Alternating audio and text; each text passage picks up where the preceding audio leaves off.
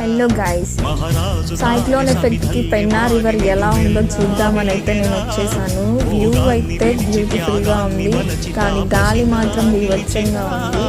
So ఎలా ఉంది ఏంటి అన్నది నాతో పాటు మీరు చూసేయండి.